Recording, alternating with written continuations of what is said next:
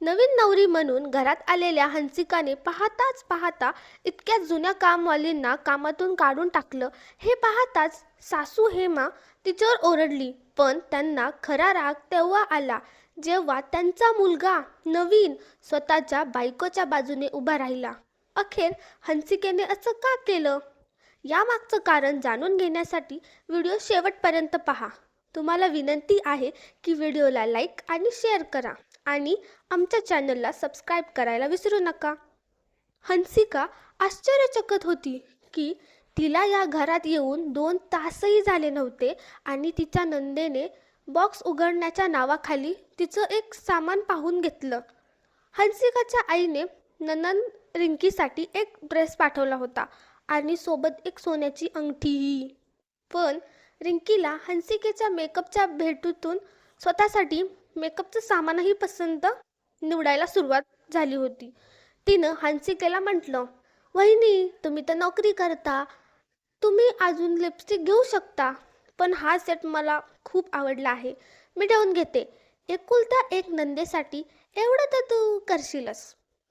हंसिका मनोमन चकित झाली की कोण एवढं निर्लज्ज कसं असू शकतं. ही एक अशी रीत असते की बॉक्समधल्या वस्तूमधून नणंदेनं जे आवडेल ते घेतं. पण तिची नणंद तर त्याहूनही समाधानी नव्हती आणि बिनधास्त हंसिकेची लिपस्टिक उचलून घेतली. तेवढ्यात रिंकीची आई हेमा आली. म्हणाली, "अगं सुनबाई, ही रीत आहे. बॉक्स उघडला की जे नंदेला आवडतं ते ती ठेवते. आमची सुनबाई तर नोकरी करणारी आहे, अजून घेऊ शकते." हंसिकेला काहीच समजेनासं झालं होतं. काय लोक आहेत ही! यांना एवढंही कळत नाही की दुसऱ्याचं सामान असं पाहून घेऊन ठेवायचं नसतं. मला सांगितलं असतं तर मी दुसरं आणून दिलं असतं. असंच हंसिकेच्या मनात चालू होतं. पण तिला या घरात अवघे 3 तास झाले होते. नवीन सासरी ती काय बोलणार? हंसिका आपल्या आई वडिलांची एकुलती एक मुलगी होती आणि तिच्या वडिलांनी लग्नात भरभरून देणगंही दिलं होतं. इतकंच नाही तर हंसिका स्वतःसोबत पूर्ण घरासाठी पडदेही घेऊन आली होती. जशी जशी तिच्या देणग्यातलं सामान घरात येत होतं तशी सासू आणि नणंद प्रत्येक वस्तूकडे डोळे भरून पाहत होत्या. रिंकी हळूच म्हणाली, "मम्मी, हे सामान खूप महाग आहे. वहिनी एवढ्या महाग ब्रँडेड फर्निचर घेऊन आले आहेत. आता आपलं घरही चमकून जाईल." तेव्हा सासू हेमा म्हणाली, "आणून दिलंय तर ठीक आहे, पण डोक्यावर नाचवणार नाही तिला. देणगीचे उपकार माझ्यावर दाखवू नये." रिंकी म्हणाली, "पण तुम्ही तर यातलं कितीतरी सामान मागवलंय. AC, सोफा, फ्रीज, स्वयंपाकघराचं सामान, महागडे कपडे, हे सगळं तर तुमच्याच सांगण्यावरून तर आलंय." तेव्हा हेमा लगेच म्हणाली, "हे सगळं देणं ही रीत असते आणि बापाची जबाबदारीही. त्यांनी मुलगी सासरी जाऊन आरामात राहावी म्हणून देणं केलं आहे. आम्ही सांगितलं नसतं तरी हे सगळं द्यावंच लागलं असतं." देणगं मोठं मागितलं होतं. मोठं देणगं म्हणजे पैसा. तर तो तर त्यांनी दिलाच नाही. देणगं तर त्यांनी बनवून मुलीच्या नावावर टाकलं. हेमा आणि रिंकी यांचं बोलणं ऐकून घरातली रजनी मनात म्हणत होती, काय खालच्या थराचे लोक आहेत हे. तोंडाने मागून देणगं घेतलं आणि नाक मात्र उंच ठेवायचं. स्वतःच्या मुलीचं लग्न होईल तेव्हा समजेल यांना. हंसिका खोलीत कपडे बदलत होती आणि हेमा घरात थांबलेल्या पाहुण्यांना निरोप देत होती. निरोपात देण्यासाठीचे जे कपडे हेमा यांनी हंसिकेच्या माहेरूनच मागवले होते. रजनी पाहत होती की जेव्हा जेव्हा हेमा थाळी घेऊन कोणाला निरोप देते तेव्हा कपड्यांचं पाकिट देताना म्हणत, "अगं, हिच्या माहेरातून हेच आले. आता माहीत नाही घालण्यालायक आहे की नाही. काय करणार, लोकांचं मन ठेवावंच लागतं. आम्ही लालची नाही की तोंड उघडून ब्रँडेड कपडे मागू. शेवटी दुसऱ्याची क्षमता तरी बघावी लागते." हेमा अशा प्रकारे सुनेच्या माहेरचं नाव खाली आणण्याची एकही संधी सोडत नव्हती. त्यांच्या घरची कामवाली रजनी हे सगळं ऐकत होती. ती इतक्या वर्षापासून या घरात काम करत होती आणि हेमा कशा आहेत हे चांगलंच जाणत होती. 2 दिवसांनी जेव्हा सगळे पाहुणे निघून गेले तेव्हा हेमा थोडे पैसे, मिठाई आणि एक साडी रजनीला देत म्हणाली, पहा रजनी, आता हे नको म्हणू की तुला आवडत नाही. मी तर तुला तेच देत आहे जे सुनेच्या माहेरातून आले. त्यांच्यासारखी आमची क्षमता नाही की सगळ्यांच्या आवडीचं सामान देऊ. रजनी मोठ्या डोळ्यांनी तिच्याकडे पाहत होती, पण ती शांत बसली नाही. तिने लगेच म्हटलं, मॅडम, मला वहिनीच्या घरच्याशी काय घेणं देणं? मी तुमची क्षमता ओळखते आणि मी कामही तुमच्याच घरी करते. तर तुम्हीच मला तुमच्या क्षमतेने द्या. आणि मी पाहिलं होतं, देणगीची लिस्ट तुम्हीच बनवली होती. रजनीचं बोलणं ऐकताच हेमा संतापली आणि म्हणाली, रजनी, तुझं तोंड खूप चालायला लागलंय. आमच्या घराच्या गोष्टीत जास्त लक्ष घालशील तर मी तुला कामावरनं काढून टाकेन. ठेवायचं असेल तर ठेव, नाही तर काहीही मिळणार नाही. रजनी शांतपणे पिशवी घेऊन बाहेर पडली. रस्त्यात चालताना तिने रुपयांच्या पॉकेटमध्ये पाहिलं तर त्यात फक्त 200 रुपये होते. हे बघून रजनीच्या चेहऱ्यावर एक वक्र हास्य आलं आणि ती हलकेच म्हणाली, हीच आहे तुमची क्षमता. रजनी निघून गेली. पण रिंकी मात्र आईला म्हणत होती, मम्मी, ही वहिनी घरातली कामं कधी सुरू करणार? आता ती आली आहे तर मी सांगितले, मी घरातलं एकही काम करणार नाही. हेमा म्हणाली, काम करण्याचं वय तर माझंही नाही आणि मलाही खूप कामं करावी लागतात. तेव्हा रिंकी म्हणाली, मग मम्मी, काय विचार करता? त्या महाराणीला आता खोलीबाहेर यायला सांगा. किती दिवस नवरी बनून खोलीत बसून राहणार आहेत? तेवढ्यात हेमाला आठवलं की सूनबाईला स्वयंपाकघरातील रीत करायची आहे. बस हा चान्स मिळताच ती पटकन हंसिकाच्या खोलीत गेली आणि म्हणाली, बाळ, आता तुला ना स्वयंपाकघरात जाऊन जेवण बनवायचं आहे. आधी थोडं पिठलं कर, नंतर दुपारचं जेवण बनव. रिंकी आणि नवीन त्यांच्या आवडीचं काय बनवायचं ते सांगितलं आहे. हंसिका स्वयंपाकघरात गेली आणि सर्वप्रथम खीर करायला लागली. तिने भांड्यात दूध ओतलं. तेवढ्यात हेमा येऊन म्हणाली, एवढं सगळं दूध घालायची गरज नाही. अर्धं दूध काढ आणि त्यात पाणी टाक. हंसिका आश्चर्यचकित होऊन म्हणाली, पण आई, असं केलं तर खिरीची चव खराब होईल. हेमा रागाने म्हणाली, काही चव खराब होत नाही. संध्याकाळसाठी दूध ठेवायचं आहे. जर सगळं दूध खिरीत घालशील तर चहा कसा बनेल? गृहस्थी अशी चालवायलाची असते. खूप काळजी घ्यावी लागते. तू नव्याने आली आहेस म्हणून असं बोलतेस. हंसिकेला हे सगळं खूप विचित्र वाटलं. तिच्या माहेरात असं कधीच होत नसे.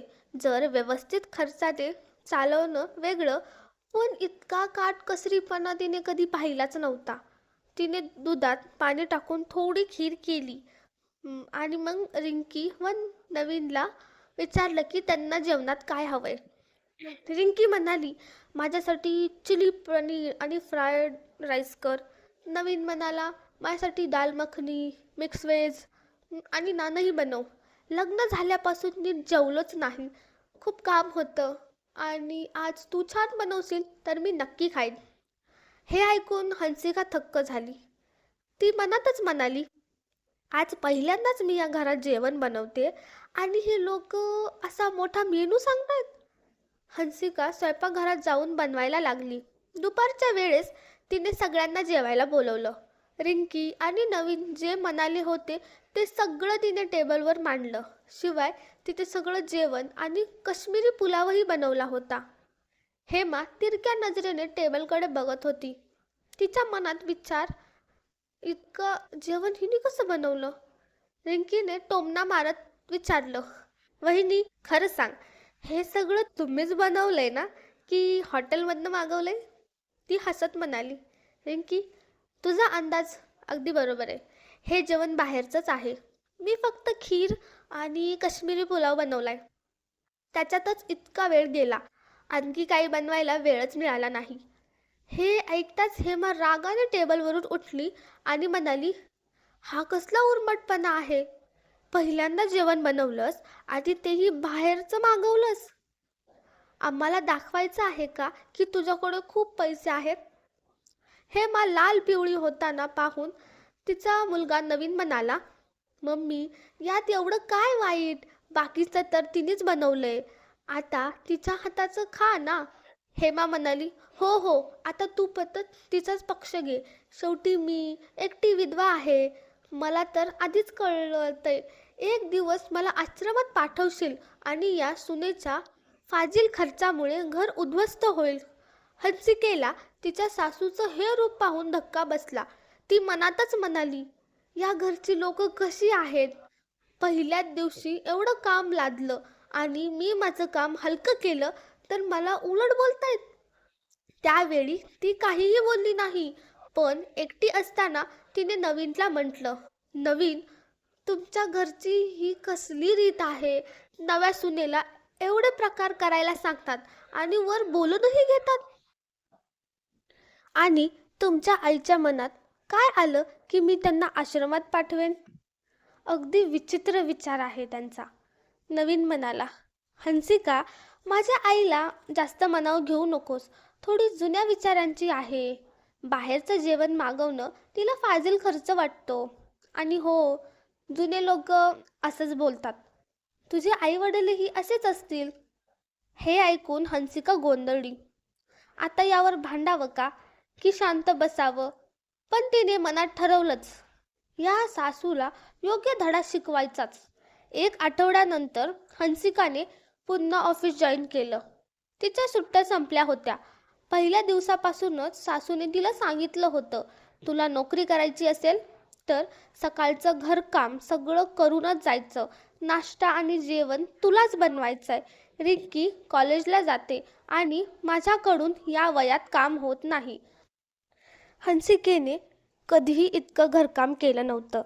ती सकाळी उठून काम करू लागली, पण ऑफिसला गेल्यावर तिला फार थकवा जाणवू लागला. कामात लक्ष जात नव्हतं, त्यामुळे तिला ऑफिसमध्येही बोलणी खावी लागली. लग्न झाल्यापासून कामात लक्ष नाही. त्याच दिवशी संध्याकाळी घरी येताच हंसिकेने ऑनलाईन कोक शोधायचं सुरू केलं. पुढच्या सकाळी 8 वाजता दरवाजाची बेल वाजली. हेमा दरवाजा उघडून पाहते तर एक तरुण मुलगा उभा होता. हेमा म्हणाली, कोण आहेस तू? मागून हंसिका आली आणि म्हणाली, आई, मीच यांना बोलवलंय. आजपासून हे स्वयंपाक करतील. जर आवडलं तर रोजच स्वयंपाक हेच करतील. तुम्हाला जे जे हवं असेल ते तुम्ही यांना सांगा. हे ऐकताच हेमा संतापली. आता आम्ही काय नोकराच्या हातचं जेवण खाणार?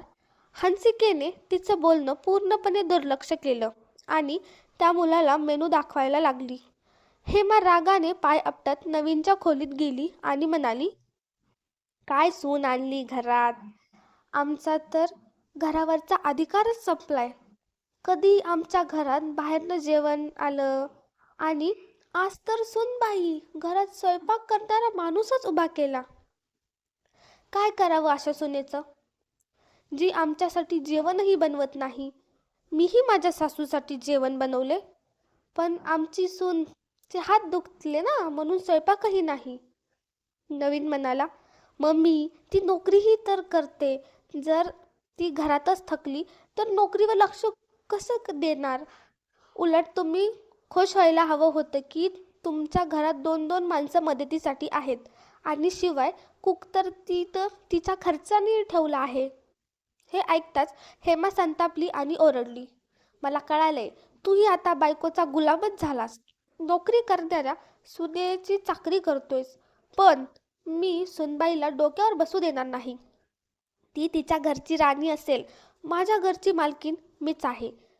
नवीनला आईचं बोलणं अजिबात आवडलं नाही, पण सकाळी सकाळी भांडण नको म्हणून तो शांतपणे बाथरूममध्ये गेला. हे मला खूपच वाईट वाटत होतं. ना मुलगा ऐकतोय ना सून थांबतीये. ती सोफ्यावर जाऊन बसली तेव्हाच रिंकी आली. रिंकी म्हणाली, मम्मी, मला तर वाटतं की ही महाराणी हळूहळू या घराची मालकी होणार. आपल्याला तिच्या पैशाचा रुबाब दाखवते. हेमा म्हणाली, तसं होऊच देणार नाही. बघ फक्त मी काय करते. एका तासानंतर हंसिका नाश्ता करून ऑफिसला निघून गेली. आज ती जरा लवकर गेली कारण घरात सासूने आरडाओरडा केला होता आणि तिला अजूनही काही ऐकू ती इच्छितच नव्हती. सुनेचं असं निडर वागणंही हेमाला पचत नव्हतं. संध्याकाळी ऑफिसवरून हंसिका परत आली. ती कुक येण्याची वाट पाहत होती. 7:30 झाले पण कुक आला नाही. तिने त्याला फोन केला तर तो म्हणाला, मॅडम, हेमा मॅडमने मला येऊ नका असं सांगितलंय. हे ऐकून हंसिका भडकली. तिने लगेच नवीनला सांगितलं, नवीन, तुझ्या मम्मीला तू समजवत का नाहीस? मी नोकरीसोबत एवढं घरकाम करू शकत नाही. मी रिंकीला किंवा आईला एकही काम सांगितलं नाही. उलट माझ्या खर्चाने कुक लावला. आता त्यावरही त्यांना राग. नवीन गोंधळला होता.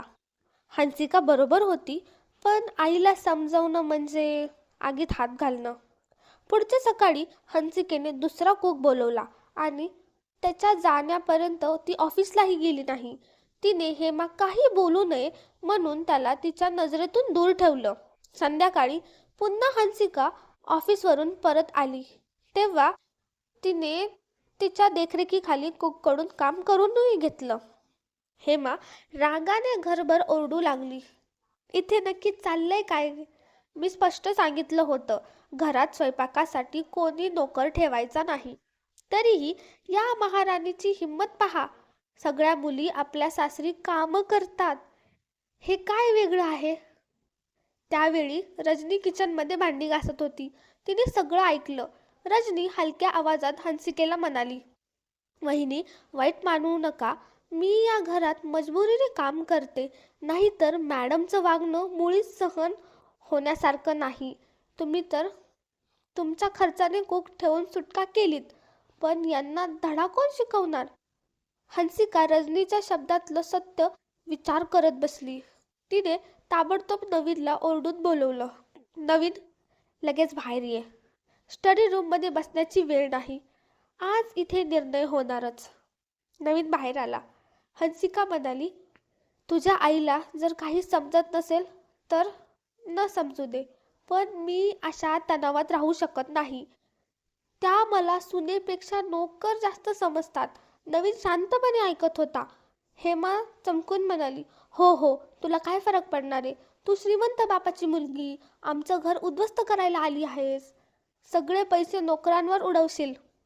हंसिकेने रजनीला बोलवलं, रजनी, आजपासून तू या घरात काम करणार नाहीस. जितका पगार तुला इथे मिळतो तितका मी तुला घरी बसून देईन, पण तू या घरात पुन्हा पाय ठेवणार नाहीस. नोकरांची पण इज्जत असते. रजनी लगेच म्हणाली, वहिनी, आज तुम्ही माझ्या मनातलं बोललात. मीही आता इथे काम करणार नव्हते. मॅडम रोज माझा अपमान करतात. नोकर आहेस, त्यांच्यासारखं राहा म्हणतात. मी या घराला माझं घर समजून काम केले. हेमा तिला थांबवायला धावली, पण रजनी निघून गेली. हेमा संतापून हंसिकाकडे पाहत म्हणाली, आता घरकाम कोण करणार? तुझा बाप? तू माझी जुनी नोकरानीही काढून टाकलीस. हंसिका म्हणाली, तुम्ही माझ्या कुकला काढू शकता, तर मी तुमची रजनी काढली. आणि माझे बाबा तुमच्या घरात 10 मदतनीस ठेवण्याची ताकद ठेवतात, पण मी तुमच्या स्वभावाला जुळवून घेण्याचा प्रयत्न केला. तुम्हाला तर ते चाललंच नाही. ती पुढे म्हणाली, नवीन, मी आता तुमच्या आईसोबत राहू शकत नाही, ना तुमच्या बहिणीसोबत, जी कायम कान भरते. इथं मला महिनाभरात एकही जण प्रेमाने बोललं नाही. मी निघते. नवीनने संतापून आईकडे पाहिलं. रिंकी म्हणाली, दादा, मम्मीकडे काय बघतोयस? बायकोला समजव ना. नवीन म्हणाला, हंसिकाची चूक नाही. तिने खूप सहन केलंय. तुम्ही दोघींनी तिला नोकर समजलं. रिंकी, मी तुझं वागणं पाहिलं आहे. ज्या पद्धतीने तू तिच्याकडून काम करून घेत होतीस आणि ती कधीही नाही म्हणली नाही. तेवढ्यात हंसिका वरून सुटकेस घेऊन आली. नवीन म्हणाला, मीही येतो. मीही इथे राहू शकत नाही. माझ्या नजरेत तर मी आता बायकोचा गुलाम ठरलोय. तर मी दोघींनाही सोडून जातो. दोघांनीही सामान घेतलं आणि कॅबही आली.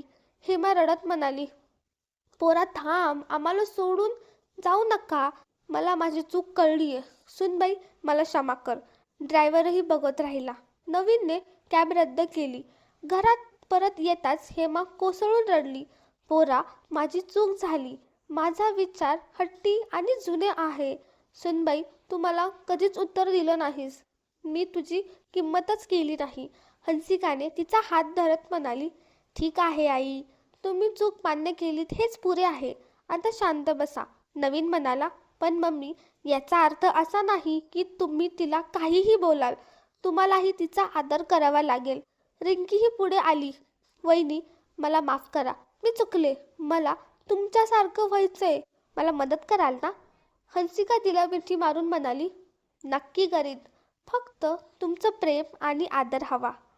आणि अशा प्रकारे योग्य वेळी समजूतदारपणा दाखवल्याने बिघडलेले नातेसंबंधही पुन्हा जुळले. तर मित्रांनो, तुम्हाला ही कथा कशी वाटली आम्हाला कमेंट करून नक्की सांगा. Thanks for watching.